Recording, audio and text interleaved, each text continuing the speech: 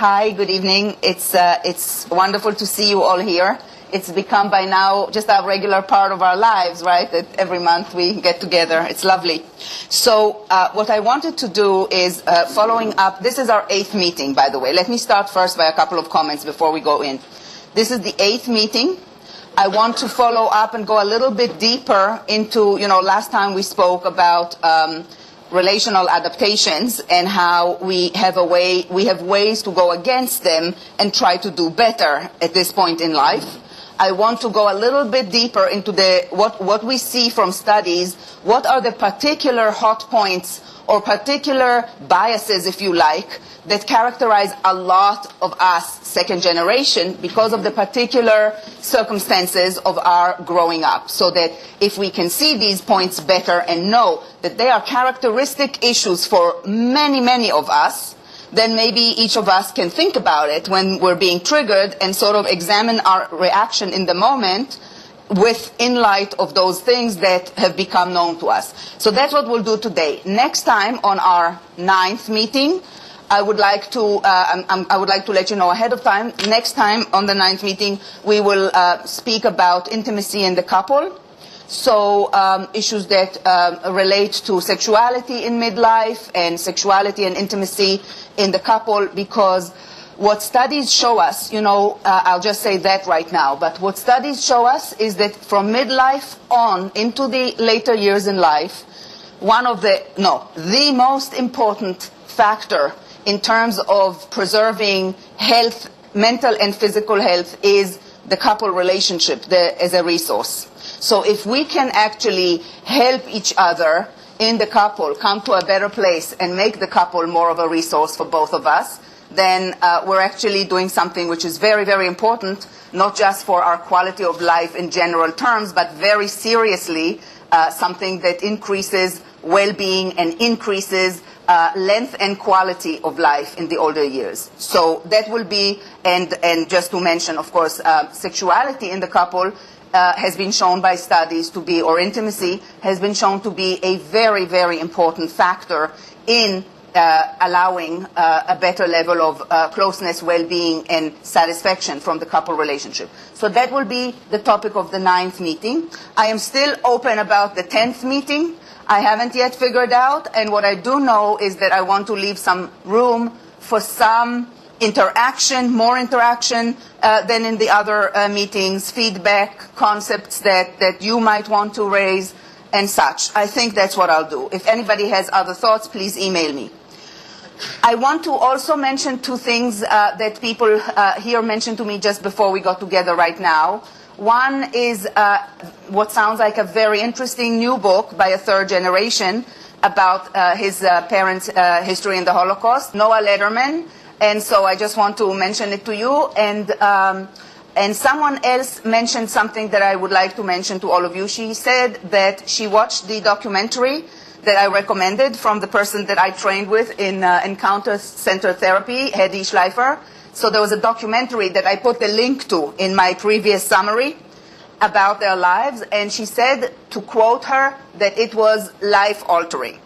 So I really recommend that you watch it if you have a chance. Okay, so today I'd like to translate studies about the second generation, in particular to those issues that are our hot points and our biases. So let's start with, I'll start with a very brief highlighting of some points that we talked about in the past, which is that when parents have gone through terrible, terrible experiences, their reactions to it, which are residual post-traumatic reactions, in some people very bad, in some people less bad, but their reactions interfere to some degree with the quality of the intergenerational relationships in the family, because they introduce into this relationship feelings, emotions, intensities of reactions that are not appropriate for the here and now in the relationship with the child. So there's a lot of stuff that the child kind of doesn't understand. Why does my parent react this way? What did I do? They think it's their fault, when in fact it's not their fault.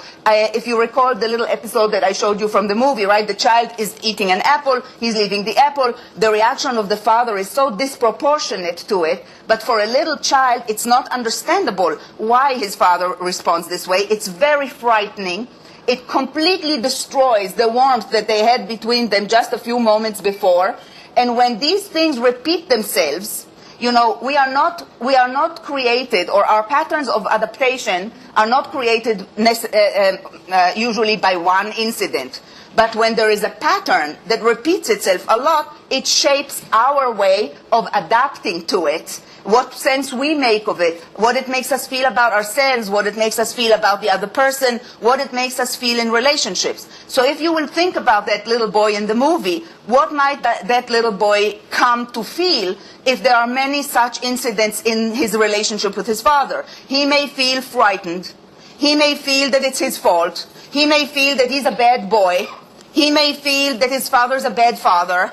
He may feel that relationships are not predictable and not to be trusted, and moments of closeness, like he just had with his father, are transient and unreliable, and one shouldn't fool oneself to think that it's good because any minute it can blow up in your face. That can become the relational adaptation of that child, right? Like a lot of children of survivors. So that's what, and I wanted to remind you again of this very beautiful picture, which is we adapt to the circumstances of our families. We adapt, and that's why I asked you last week, all of you that were here, I said, take a moment and write down, what did I learn about relationships in my family?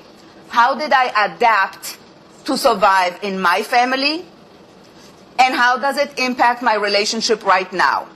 We have to begin to think in these ways in order to make our old adaptations more conscious, in order for us to drag them into the daylight, because by now, what that 6-year-old child from the movie has internalized, by now it's become part of how he automatically feels about life, about himself, about other people.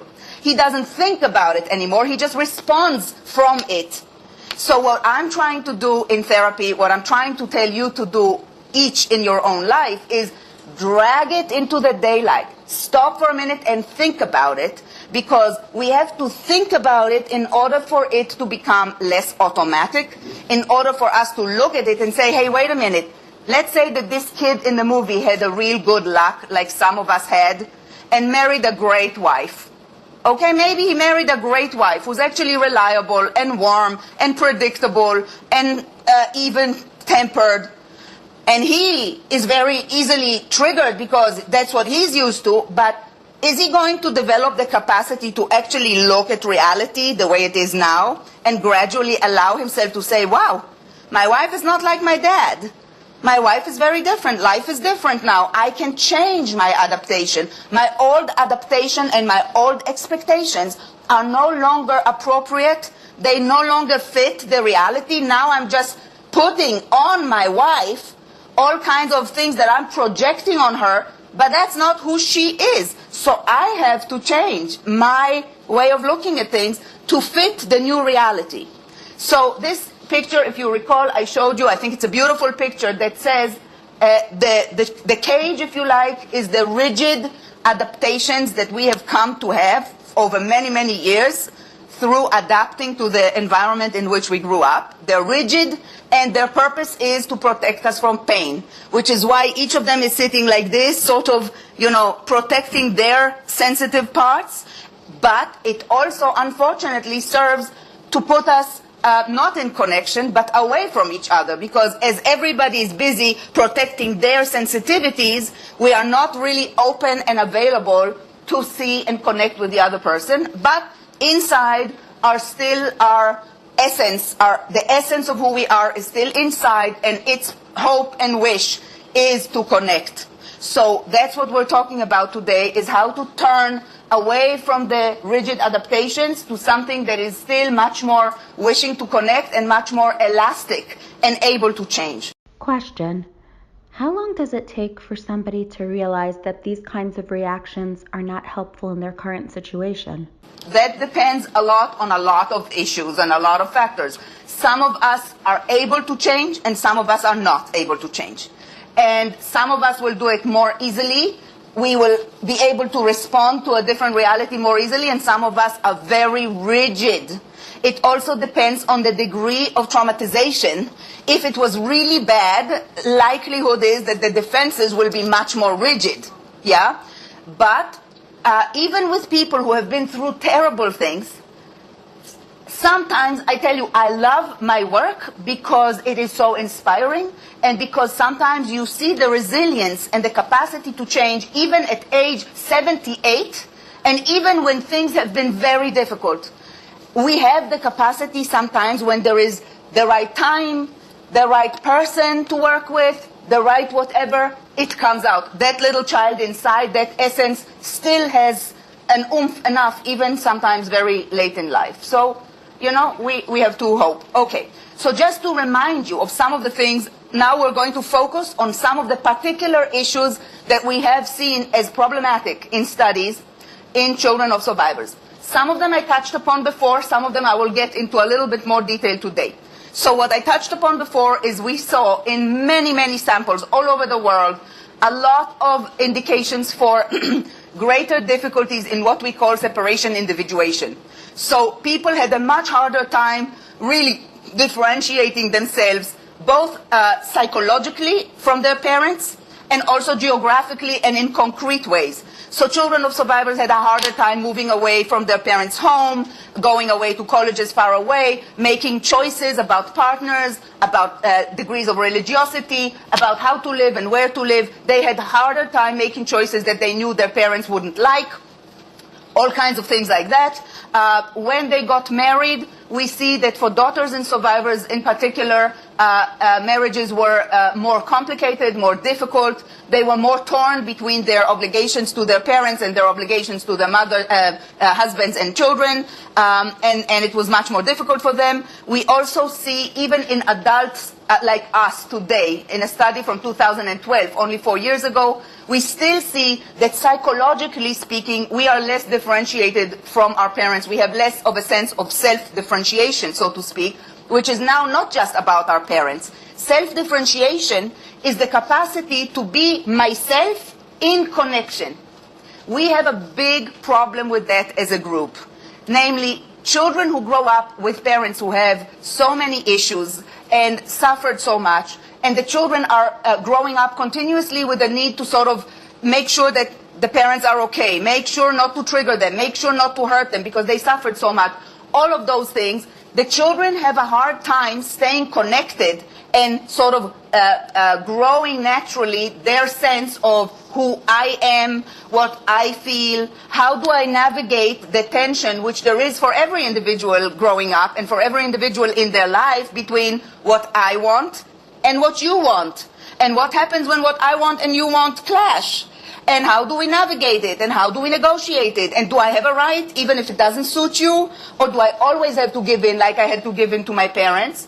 Or do I have to be very resistant just because I always had to give in to my parents? And all of those different issues are issues that act very, very much in our relationships in couples. So lack of differentiation, and of course they act in our relationship with our children. Now, I will say something here which is before where I have it in the talk later on. The lack of differentiation which is now in our relationship with our children, we are at this point in life, we are at a particularly sensitive point, because if we have a hard time negotiating that the people that we love are separate from us, whether it's a spouse or a child who's now an adult, the other has their mind, their opinion, their feelings, and even if they feel different than us, it's not necessarily that they don't respect us or they don't love us.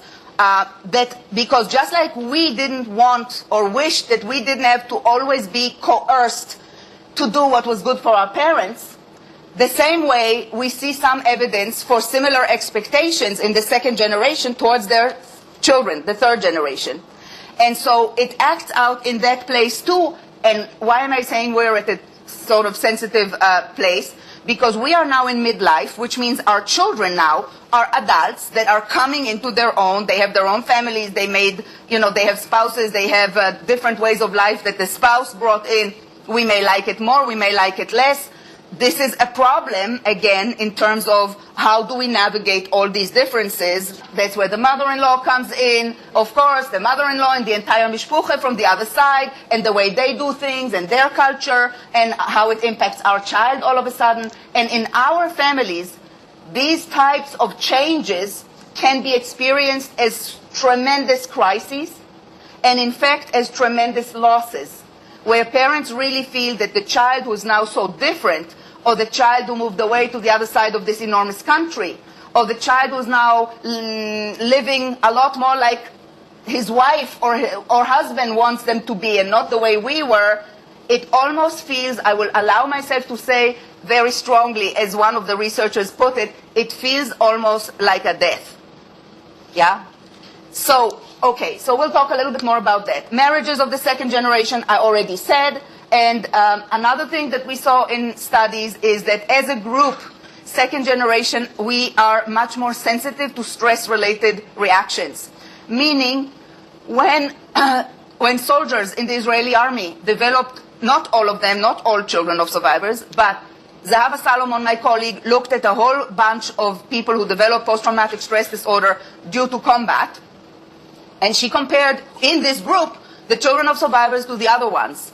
And as it turns out, when children of survivors develop PTSD, their PTSD was much more robust and treatment resistant than PTSD in the other soldiers that develop PTSD.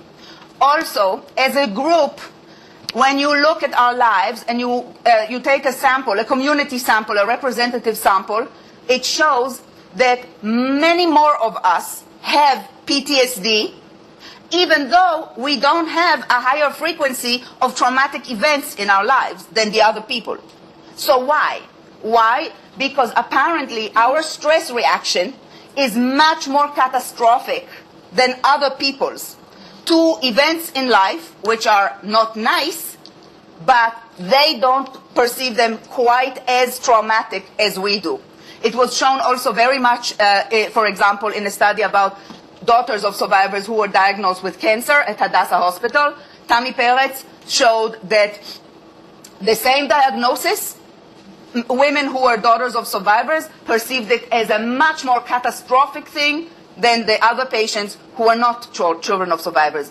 And we know now, because of a lot of studies in many biological aspects of the stress reaction, that it's possibly related, it's not possibly, it's clearly related to both changes in the biochemistry of our stress reaction and in the relational, impact of growing up with parents who are more anxious and more easily stressed than other parents. So those things we essentially kind of talked about, and also about the parenting and the third generation. The third generation, I will just tell you quickly, what we see about them from studies is that there is also, again, a variety of responses, and I will not get into a lot too much, but I will tell you the following.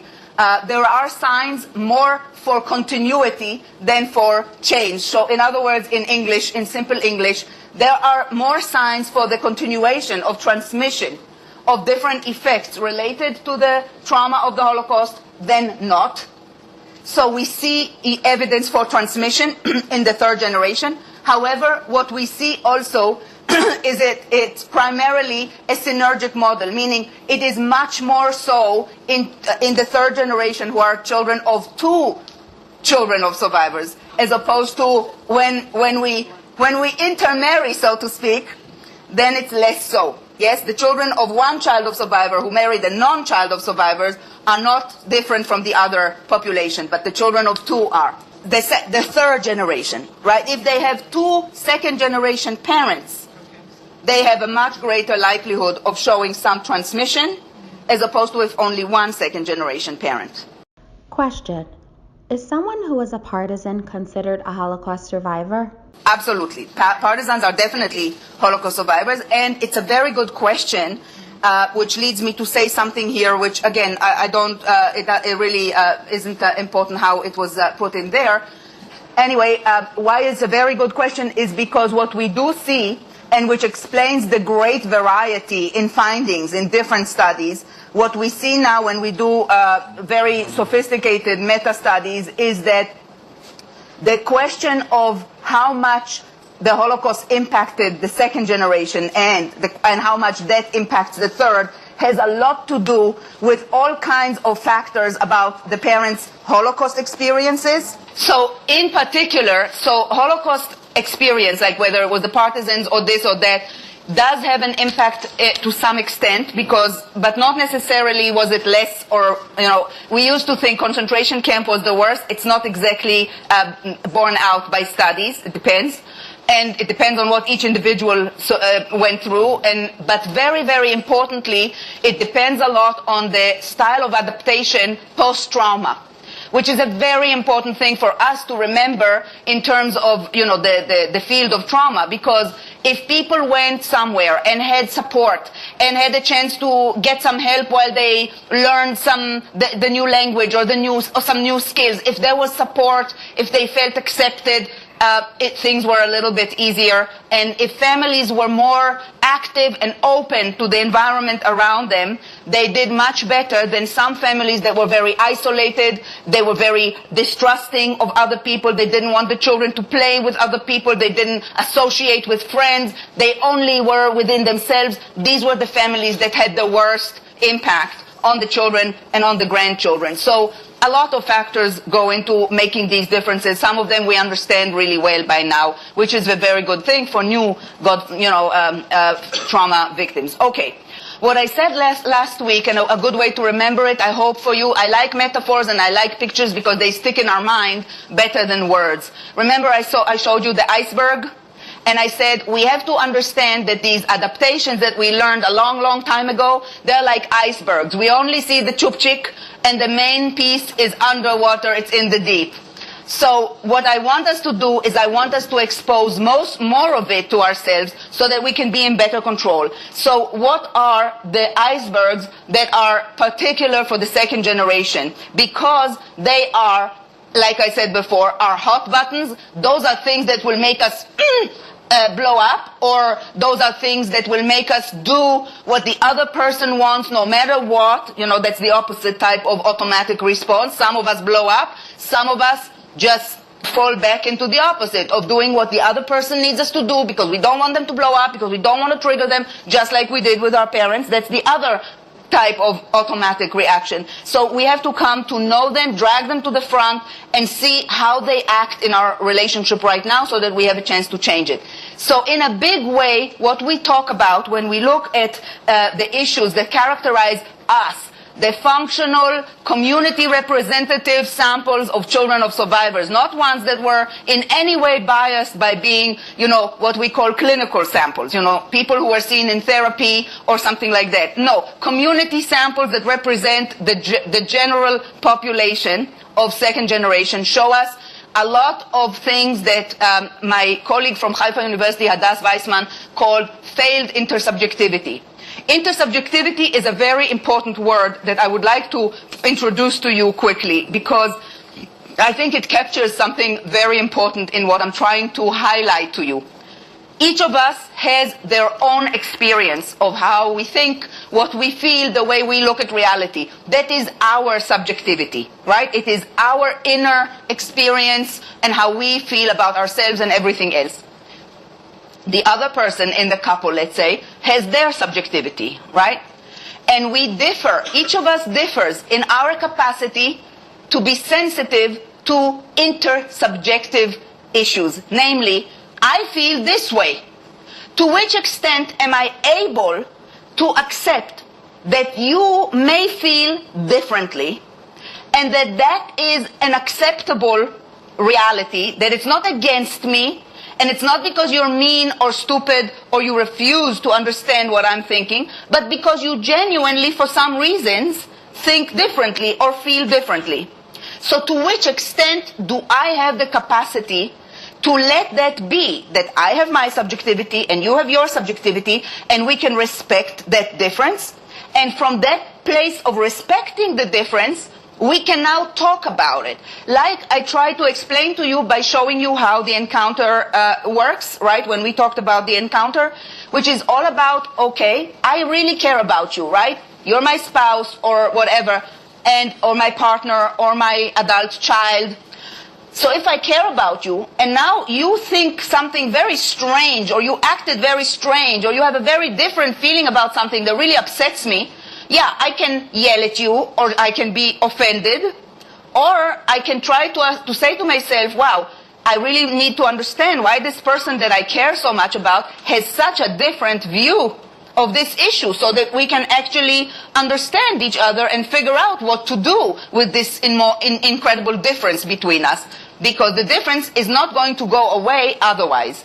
Now, when people don't have good capacity to work intersubjectively, then there are only two solutions to a problem. When our needs clash, when our feelings clash, there are two options.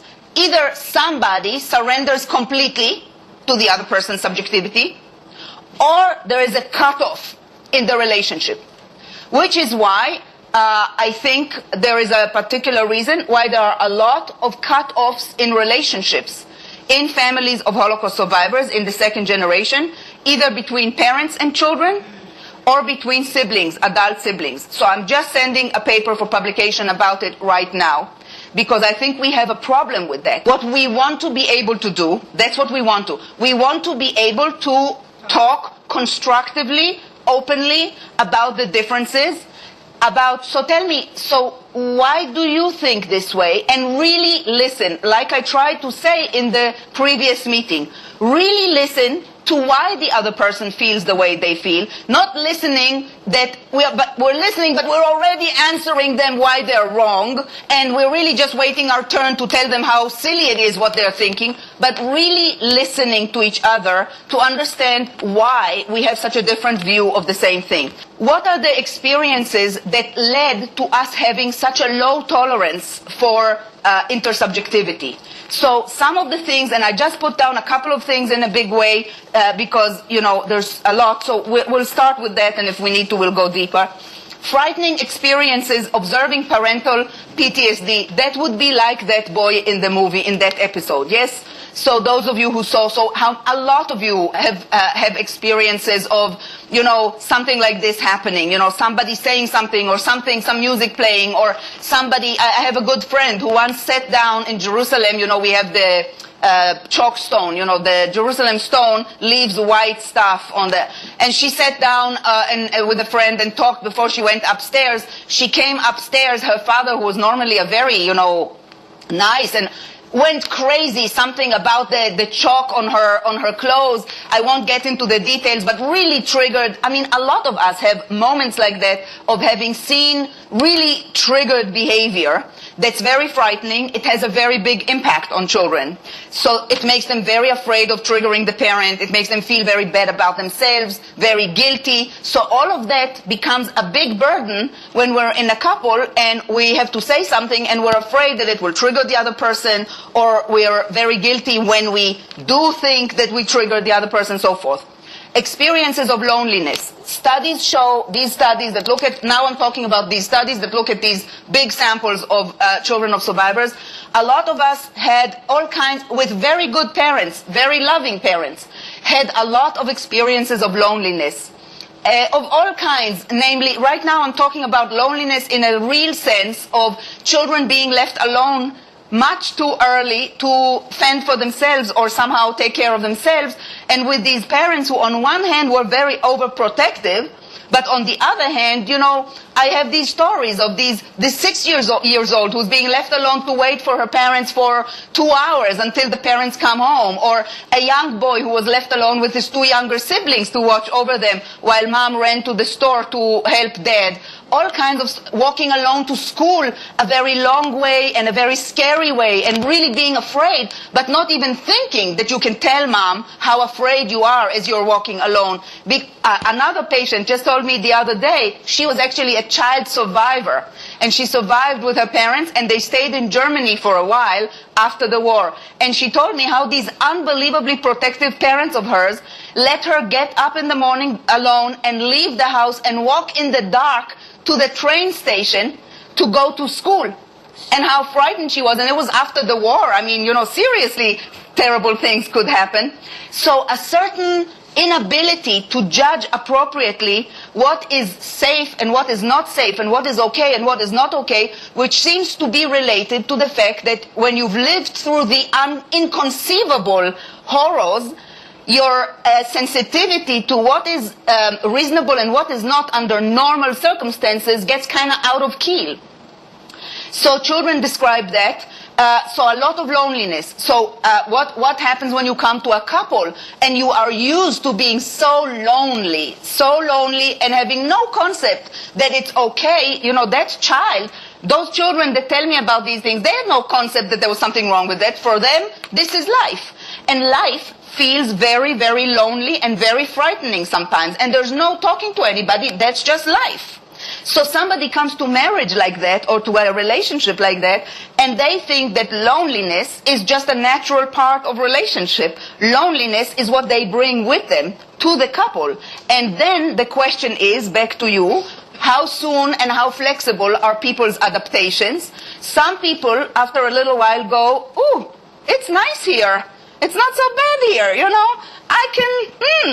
And some people cannot respond, and they continue to feel lonely no matter how much love and affection and presence their spouse offers. They feel lonely. They feel lonely inside, and they bring that loneliness with them no matter what. So those things, and a lot of lack of parental supervision and direction, not only in that, like I said to you, the people who tell me, I don't understand, how did they let me at age 5 or 6 go to the park, which was right by this central highway, and do whatever? How did they not? But also later on in life, because they were immigrants, because they were busy, because they were preoccupied, because of a lot of things, a lot of us had very little direction in the sense of decisions in life, direction in life, how to go about it, why do you want to do this, why do you want to do that, maybe you should do something else. Very little sense of support and direction and somebody to lean on in those decisions in life. So a lot of us have become used to it, that we don't share and we don't communicate and we don't expect somebody else to be able to make those decisions with us, and that's not a great feature in a couple. Lack of emotional support when it was needed, a lot of that is in the studies. Either parents that were overreactive when the child had a problem and therefore children couldn't come to them with problems because it was too bad to deal with that too, or parents who were numb and detached when the child needed some support and that was also not good enough. The coercion to fulfill parental needs and expectations is something that is very powerfully seen in our group as well as in other children of survivors. The need to do what the parents want and bring naches and fulfill their expectations, even if it's not what we want, even if it's not what we need, but it takes precedence. So that too becomes something that we bring into our relationships, again, either because we automatically have to do what the other person wants, or because we have to go against it just because we so resent how coerced we felt to do and to be what we had to do and be when we were younger. And now we're not going to let anybody tell us what to do, not even move the chair.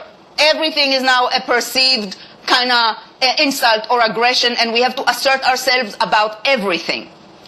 So these are some of the things. The wish for greater autonomy and closeness and understanding and support. A lot of the children of survivors express the fact that it sounds paradoxical, but it's not. On one hand, they wanted more autonomy, yes, to be what they wanted, to go, to do what other people could go and do. I asked you to write things for me last week, and I've looked through them and I'm compiling them. And you had said exactly what everybody in all these studies that we do says. So one of the people said the other children were freer. I could not be as free as the other children. So they wished for more freedom and autonomy, but they also wished for more closeness. And this is very, very, thank you for bringing me back to it, because this is really what I want us to, essentially, in the end today, I don't want to talk just about what went wrong, but I want to talk about what can we do to fix. And what we want, so I'll finish that sentence. We also express a wish, on the other hand, for more closeness. Why? Because we wish for closeness of the right kind. Closeness that is not suffocating and like, you be here and don't go and be by me and sit by me and don't go here and don't go there. But closeness that is emotionally attuned closeness, that means I actually look at you and I actually ask you, so how is it and what's going on? So Gitale, who are your friends in class? And tell me, what are they like? And so what is she like? And what is she like? And what does her mother do? And what does she? Oh, and so what are you interested in? How's your teacher in history? And what are you studying? And does it interest you? Oh, it doesn't interest you. Why? Oh, and what interests you? And as a closeness that is truly attuned and is not intrusive and is not detached and is appropriate for the kind of child that you are, because some kids need more, some kids need less, but an attuned interest in the child and in their real personality and being and life. So a lot of us express much too little of that in their growing up. Parents who gave a lot, who made sure that our physical needs were very well met, but never talked about these things and never were able to offer that kind of closeness. So this is a good point that you brought me back to, because it's a good starting point for what I would like to get to in terms of what is it that we want to do better. What we want to do better is we want to understand that we have issues with failed intersubjectivity. That this is what we saw at home, and this is why I asked you last week to think about it. What did you see at home? What did you learn about relationship? How did you adapt? How is it impacting you? In other words, I want you to think about what were these things that were problematic or suboptimal? How is it impacting you now? And how are you going to develop now in your relationships with your partner, with your grown children, with your grandchildren? How are you going to develop a different kind of intersubjectivity, where you actually do sit with them and say, so how is, you don't just come to cook or help or do or bring or all of those things which our parents often did a lot, but you actually look at them in the eye and say, how are you? What's going on? Tell me what you're doing. What are you doing at work? What's the topic that you're working on? Some of that, whether it's a 3-year-old, and if we had the time, I would show you, or if you want, go on YouTube and look for, there's an excerpt from a new documentary by my friend Beatrice Bibi. It's about infants and mothers and how they interact, but it's a new one. It's a very new one. Just look Beatrice Bibi, B-E-E-B-E. And it's a new documentary. It's one from this year or last year, 2016, I think it came out. And you can see, I'll tell you why it's important, so I'll take the moment. So she looks at mothers and infants and how they interact in order to teach mothers how to have a better kind of intersubjectivity with their children. So she has a camera on the mother and a camera on the baby, and then she sits with the mothers and shows the mothers what happened and explains and talks so that they can see what they're doing. So you see this mother and this baby, and Beatrice Bibi playing with the baby actually. So she plays with the baby is maybe 4 or 5 months old, sitting in the little chair, and she's playing with a doll for the baby, right? And the baby is not interested in the doll. She's trying to interest the baby in the doll, and the baby is interested in the button on the chair. And the button on the chair. And she's like, baby, and it's the button on the chair. And what happens is that Beatrice Bibi is able to follow the interest of the child. Whereas the mother afterwards talks and said, it wouldn't have occurred to me that what's important is to follow the interest of the baby on the button and not the doll that I'm trying to interest in, right? Because the point is to have joint attention, and the point is to show the child through these experiences that what they are interested in is important, that you follow them, that the synchronicity in the relationship is also, at that age, is your responsibility, not theirs. Yeah? Because what happens with parents who have PTSD or parents who are depressed, it gets reversed. The child very early, and we can see it with children who are a few months old, when the mother is depressed or PTSD'd, you see very quickly that the infant learns that the synchronicity between them, the good feeling, is on them. They have to follow the mother. They have to see when mom is available, and then they're like, and where what mom is interested in, and they follow. And when mom is kind of not, they know not to intrude. They learn it very quickly. So what we want to teach is we want to teach these mothers to do the opposite. Oh, she's interested in the button, so you're going to be interested in the button, because that will show her that she is listened to, that she's important, that what she's doing is important. And in big people's lives, in our lives, essentially this is what I want to talk about today. I want to talk about the fact that our experiences of failed intersubjectivity can be corrected today by us being very aware of it and making a conscious effort to repair. It takes time, it takes commitment, it takes an effort, but we can try, when we are with the people that matter to us, we can try to remember it and just think the baby and the button. Think the other person, what are they interested in right now? And it's not like life is optimal and we can always follow the interest of the other person, or they can always... No, it's not like that, but we are also not infants anymore, and we are in a reciprocal, relationship, and that's okay if there's a certain balance, and there's also reality. Yes, sometimes, the best of mothers cannot follow the child, because it's like, okay, come on, sweetie, I know you're interested in the button here right now, but I gotta take you and put you in the car, and we have to go get your brother from kindergarten, so too bad, right? But that's the way it is, that's life. As long as there is a certain percentage that is primarily of the right kind, then it's okay. We should not try to be perfect, because that in fact creates other problems. If we try to protect our children too much from reality, then we create very narcissistic children. There was a beautiful, I have to tell you, there was a beautiful cartoon in the New Yorker a little while ago that expresses that very well. There was a grown-up boy, and he's trying to do exercise. He's trying to bend to touch his feet, and his mother stands next to him and says, "Oh, darling, I can touch them for you." So, if we try too hard to do everything perfect for our children and prevent any effort and any frustration, we get other problems. But we're talking about generally, it's important in our relationship that we think about it, that we think we have now, we are with somebody, we're with our spouse, we are with our child, with our grandchild. How do we interact? Do we say, like somebody just said to me the other day, that she was with her mother, and it was with the mother-in-law, actually, mother-in-law who's a survivor, and she said, it was almost sickening to me. She's cooked the whole day for this family gathering. Her other son came from far away. She barely spent any time with him because she was in the kitchen the whole time. She was like, "Did you have this? Have a little bit more of this, have a little bit more of this," and back into the kitchen, and da-da-da. It was all around the food, and with the grandchildren, "Did you eat? Did you have some more? Here is this." The entire time about that. No doubt there's a lot of love that was put into that cooking, but there is also very little of everything else. And we have to somehow try to balance it better. First of all, it's a lot of control. That is another issue that was seen to be a major theme in children of survivors, the role of food in life as a experience very much as a controlling thing. No, eat, and did you not, and eat some more.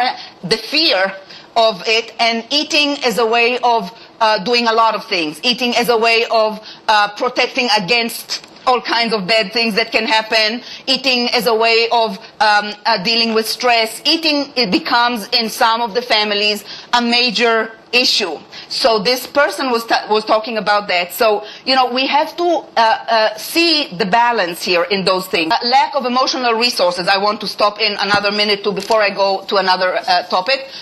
What we see is in many of the studies is all kinds of signs of all kinds of expressions of children perceiving their parents as not having had emotional resources to deal with them. So parents too tired, too upset, too impatient, too all kinds of things.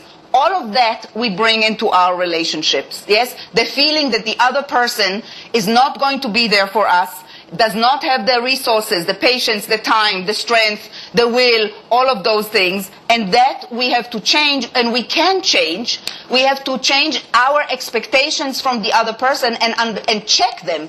check, are they there or are they not? Is it our expectations or is it reality? And we have to make room for having more emotional resources, meaning as we find the time for all the other things that we do. You know, I had this patient this week, and she's so busy. She does this and this and this and this and everything, and she even finds time for all kinds of chesed and this and that. But in all of that, she's exhausted, and she doesn't have enough, actually, emotional resources left for home, because she's doing so much in so many ways. And we have to also take that into account. We have to recalibrate ourselves and understand that we are responsible for that. However, I would like to move quickly through a lot of things. I'll just say that again. One of the reasons why it's a very good time and a very important time for us to do it is because midlife is a crisis time potentially for us, because of our issues with separation, individuation, issues with losses, issues with all of those things that we talked about before. And midlife is a time full of changes and full of losses potentially, if that's how we perceive them to be. We have children who, like I said, grew up and now they're doing all kinds of things over which we have no control, and we may like it more or less. We have changes in our profession. We have changes in family roles, all kinds of changes. All of that can act as a trigger for a lot of issues with us. So I want to tell you, as I said before, we have a whole field of study that examines what allows people to live better and longer. So we look at different groups of people, those who lived very long, and we compare them to those who, and we try to collect data and examine. And a very strong finding is that well-being is a very important parameter in living longer and better. And what is well-being? So amazingly enough, you may think that people who have a lot of money and can afford to do a lot of things that are a lot of fun for them, you know, they don't have to work and they can just think about the next vacation and that vacation and which great restaurant to go to, that's an important part of well-being. Well, studies don't show that to be the case. Studies actually show that hedonic well-being, which is, you know, the pleasures, is not really related to living longer and better. What is related to living longer and better is having a sense of meaning and purpose in life, in something that is very important to you, a sense of realizing and actualizing your talents, really using them and doing something with them, and a sense of having a good, essentially positive feeling about yourself, which includes positive relationships and connections with other people. So by the way, just that you will understand that I'm talking about pretty insignificant facts. In a study that looked at that and compared people in this way, people who had a high purpose in life lived 7 years longer than the other people. And even if after death, the surgery showed that their brain had organic evidence of Alzheimer's, their behavior in their life did not show Alzheimer's. So it protected from Alzheimer's, from all kinds of other health issues, and it was related to longer life. So I won't go into that here. If you want, just look at that quickly. So psychological correlates of well-being. What is well-being that was related to longer life and healthier life? The correlates were having a purpose in life, something that is very meaningful to you and gives you a purpose and a direction. Autonomy, which means that you feel that you live in accordance with your personal values. You really live in accordance with that, whatever they are. Personal growth, which means you know what your strengths are. We each have strengths and weaknesses, and you identify your strengths, and you try to utilize these strengths and to approach all kinds of issues in life from that perspective, utilizing your strengths. Environmental mastery, meaning that you feel that you have the capacity to use those strengths to work out all kinds of things in your environment and access problems in a way that leads to good solutions. Positive relationships means the depth of your connection, the depth of it, that you feel that you have, and it doesn't matter how many, by the way. The Harvard longitudinal study shows that it doesn't matter how many, it can be one, it can be two, can be more, but it's about knowing that there is somebody that you are very deeply connected with in a very good way, that you know they'll be there for you and they will listen to you and they're really connected to you. Yes? So that, and self-acceptance, meaning knowledge and acceptance of self including strengths and limitations, which is why it is so important at this point in life to get to a place where we look at ourselves, we look at our icebergs, we look at our strengths, we look at our limitations, and we figure out how to work better with them. One way of thinking about it, I like to try to give you some clear and, nuggets that one can sort of try to remember. Think ABC. ABC for what? A for activating event. Something happens and it activates you. You're angry, you're upset, you're whatever you are. Think about it, know what it was. Then stop for a minute, slow down, and think, what are your beliefs about it? What actually comes up in you? Let's say somebody, your friend was supposed to call you, and they didn't call you. You were going to make a plan, they didn't call to make a plan. You are upset about it, that's the activating event. Stop for a minute to identify what your beliefs about it are. She doesn't care about me. She never does whatever the beliefs are, go with them and allow yourself to identify them, and then look at the consequences of these thoughts. When you think this way, what happens? What do you then do? How do you react? What does your reaction have? What kind of an impact does it have? Let's say in a couple, okay? Let's say your wife upset you. Stop for a minute, think what upset me and what kind of beliefs come up in me. So if I am a typical child of survivors, let's say, of the not so great, the one with the not so great history, then what do I think in terms of my experiences of failed intersubjectivity? I'm alone. I'm always alone. There's nobody ever there for me. She's not going to be there for me. Of course she's not there for me. You see, she's not there for me. She doesn't care what I think. She doesn't care that I'm hurt. All she wants is her way. I always have to bend down. I always have to do what other people, whatever, right? We go with these things which I just delineated for you. And because I think this way, that's B, my beliefs, what are the consequences? What do I do? I yell because I was never listened to. I didn't learn to talk. I didn't learn that I can come to somebody, to my parent, and say, Mom, I really want to do that, and and explain why you want to do it, and believe that the parent is going to stand there or sit there and actually talk to you and listen to you, and maybe you'll come to some compromise, right? What you can do, what you can't do, and it'll be a negotiable thing which will have some resolution that will satisfy both of you. But since you don't know that that's a possibility, you just yell, or you cut off and you go off sulking into your, cave. Whichever way, what's the impact on your spouse now? What you want is to identify, as I put it here, your thinking traps. You have to identify the ways that your mind always goes when you get upset. And you say to yourselves, hey, stop your horses. I'm not going to go down that automatic thing. I'm not going to go down that path. My horses, I'm not going to let them run over there. Let me stop here. Let me think. Let me identify my thoughts. Let me identify my reactions. Let me identify the impact on the other. And let me think. What is my goal?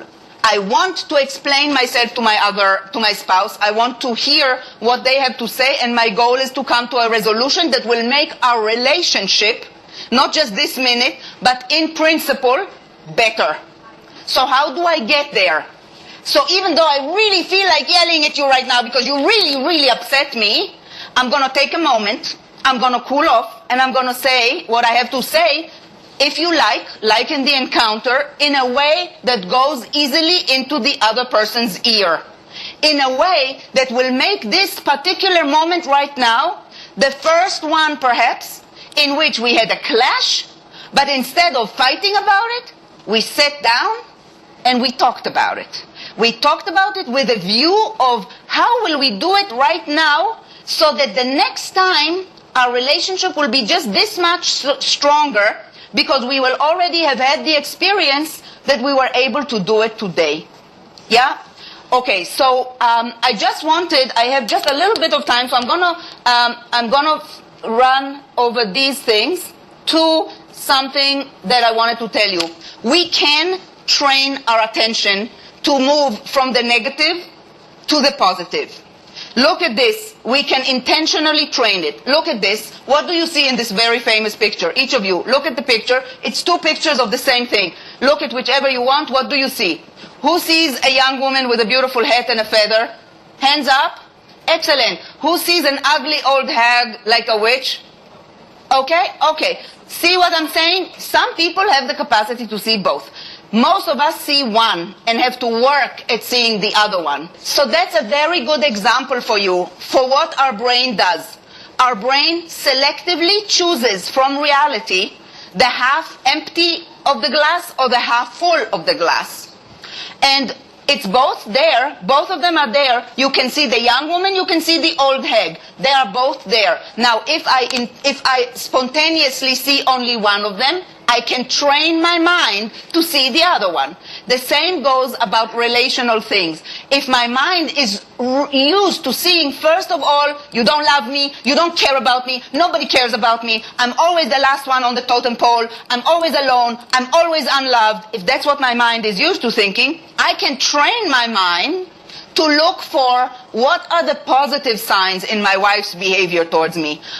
Yes, I can see immediately all the things that I don't like. She looked at me crooked this moment, and she didn't listen to me when I said this, and she walked out of the room when I did this. But I can train myself to look at the positive and look for the positive so that I can have a more balanced view, and I can tip my natural tendencies to see the negativity to another kind of a balance. So what I wanted to tell you a little bit more is about I just picked a couple of important points from several different ways that we work in therapy with different people. So one important point from acceptance therapy, which is their main point, is whatever feeling or thought you have when you're triggered, it is very, very important to be able to take a step back from it and say to yourself, I am having the thought that such and such.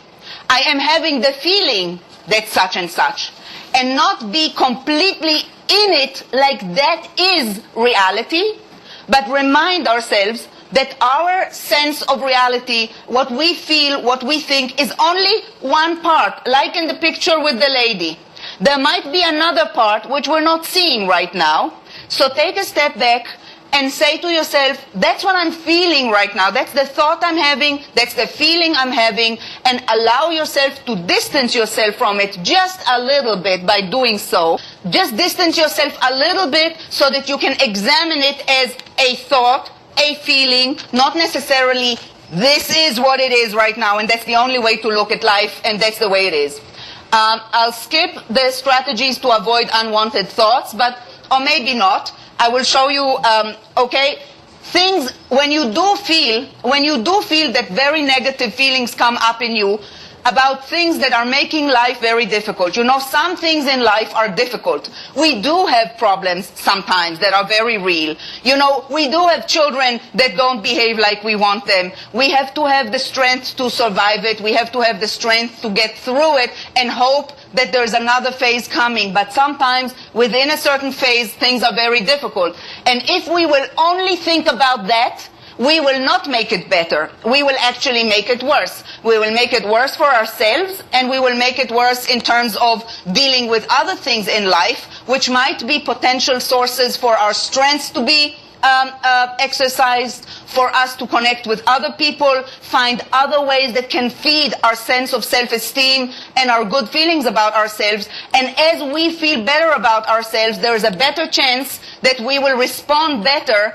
to the child who's giving us trouble or to whatever it is that's giving us trouble, and we will be more able to work with them when the window of opportunity comes. But in order to do that, we have to be able to intentionally suppress bad thoughts. So if you feel that your depressive thoughts are coming up and you want to suppress them, you know, the feeling of it will never be better, I will never be able to speak with my child again, or my wife is whatever the negative thought is, the example is the white bear.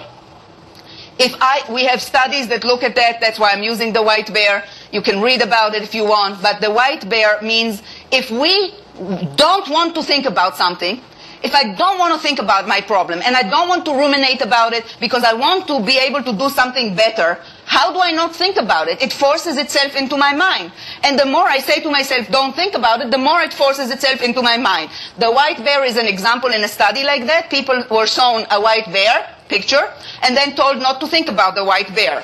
and you could see that the people that were told not to think about white bear, all they could think about, it kept coming back to them, the white bear, because one part of our mind tries not to think about it, and the other part keeps checking that we're not thinking about it. And by that, it makes us think about it. So we can't do that. What we do need to do instead is we need to substitute it with another thought. So instead of thinking about white bear, think about something else. In other words, distract yourself with something else.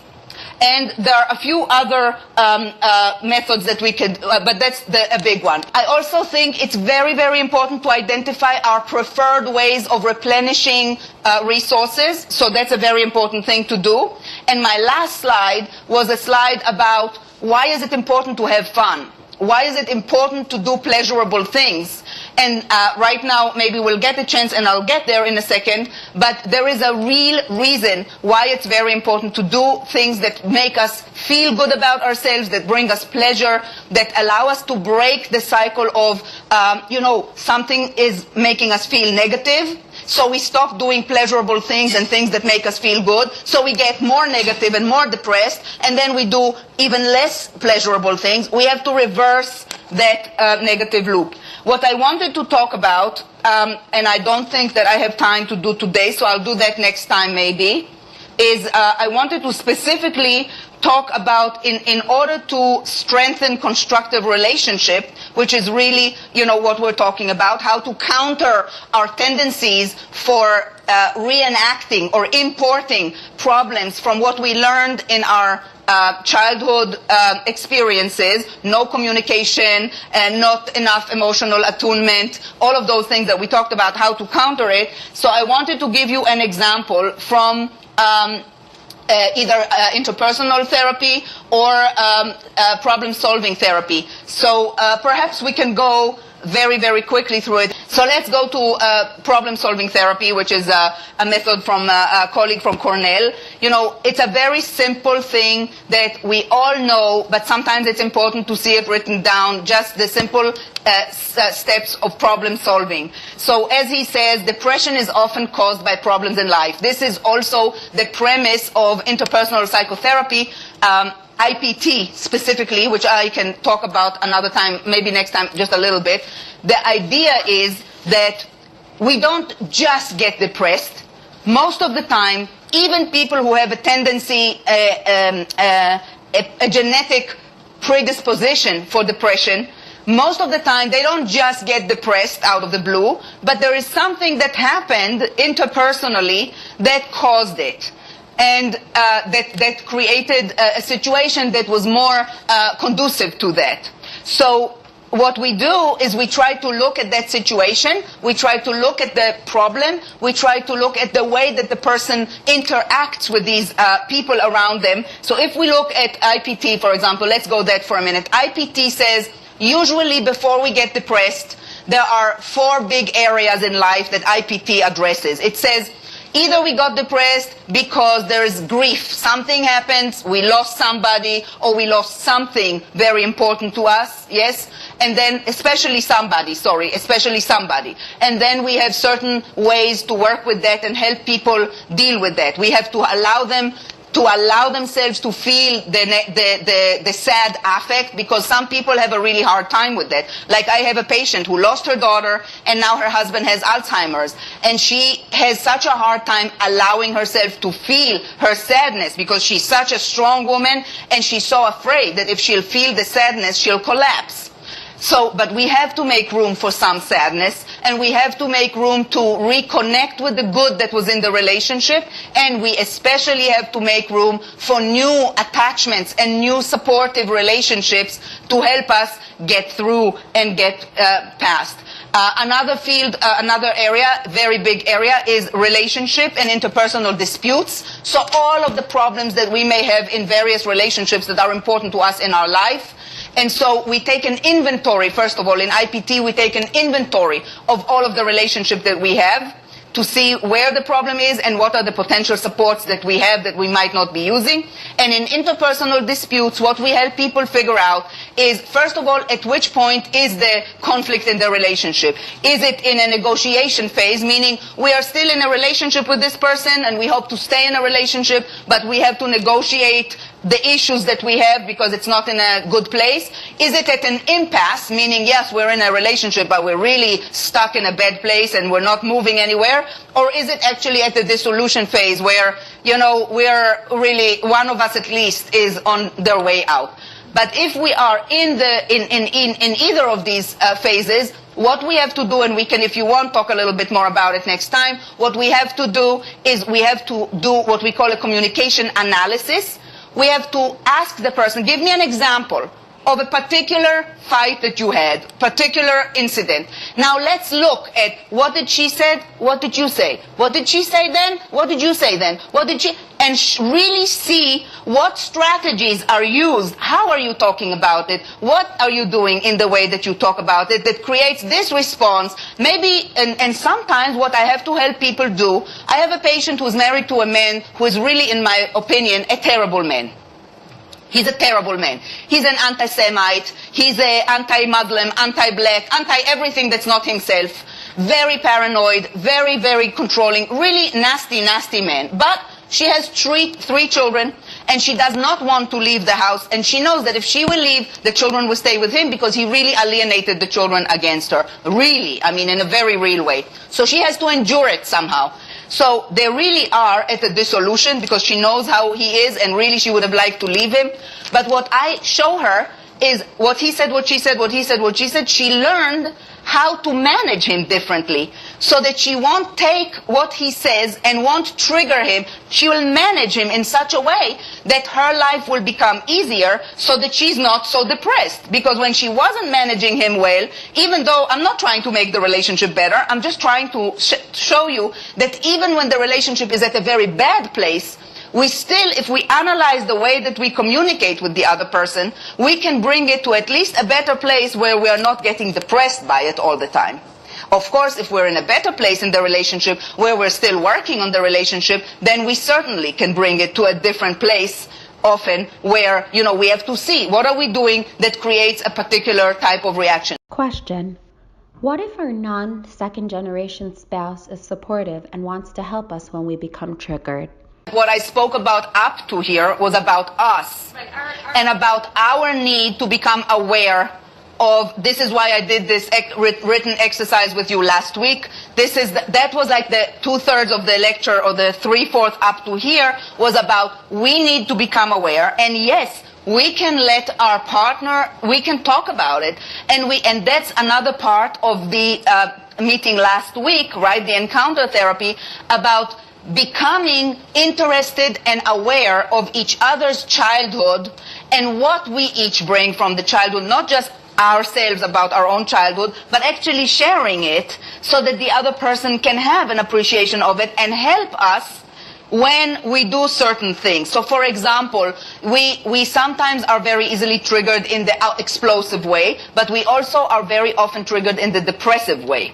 Right? We have a very high tendency for depressive experiences. So it helps if our partner finds a nice way of saying to us, Elisa, you know that sometimes when there's a moment like this, your mind really races right into the deep. I say to my patients the following. I say to my patients, imagine a road. You're going on the road. And in there, right over there, you're seeing it already from here. There's the big black hole in the road. And it's your black hole.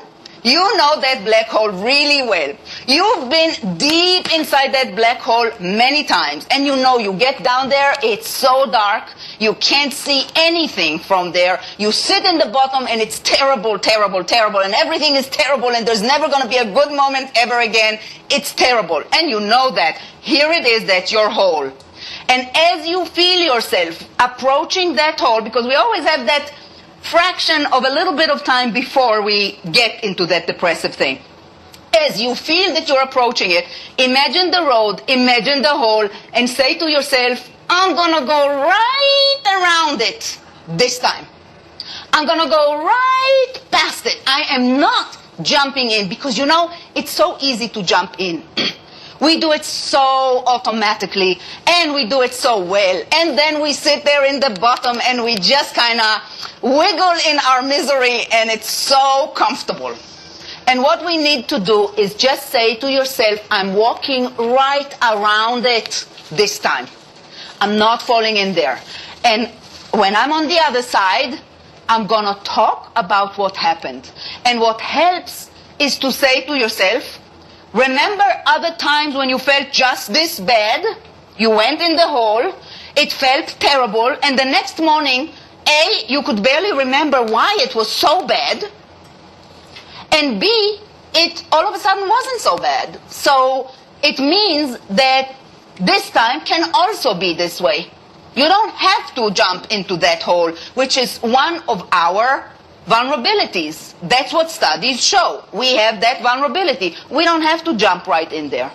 So think to yourself, remember all the other times when I was there, and the next day, somehow nothing changed in reality, but somehow I felt very different, which shows you that what you felt when you were in that hole is somehow not realistic, because nothing changed in reality between the evening and the next day, and the next day somehow it wasn't quite so bad. So first of all, think about that. And I personally find that image of the road with the hole, where I'm like, no, I'm not going in there, I'm going right around it. I find it very helpful. So IPT has the grief part, the interpersonal relationship part. It has also role changes and life changes part. So oftentimes we get depressed because something changed. Something changed in our life, and we're experiencing it as a loss, as a problem. So that's another area of problems. And a fourth area of problems is sometimes people have never really learned, they're lonely, and they have certain interpersonal deficits, in the sense that they never learned how to make friends. They never learned how to do things, and we actually have to help them. And they can be highly achieving people and very successful people, but they never had the time to make friends, and all of a sudden it's midlife, their children moved out, whatever, their job is now not as demanding as it used to be, and all of a sudden they're alone and they never learned how to make friends. So sometimes we have to teach people how to do that. And so that's something I actually could say a few more words about. But going back to problem solving, which is very similar, so we can do that. You have a problem. Let's say it doesn't matter which problem, from the either area of IPT, which I just described, okay? You have a problem and it causes you depression, because problems cause depression, and problem solving appropriately helps us control the problem, and then it helps us be less depressed, because when we control the problem better, we have a chance of being a little bit less depressed. So problem solving skills, just very, very quickly. Problem solving is a systematic, common sense way to sort out our problems and difficulties, which we all have.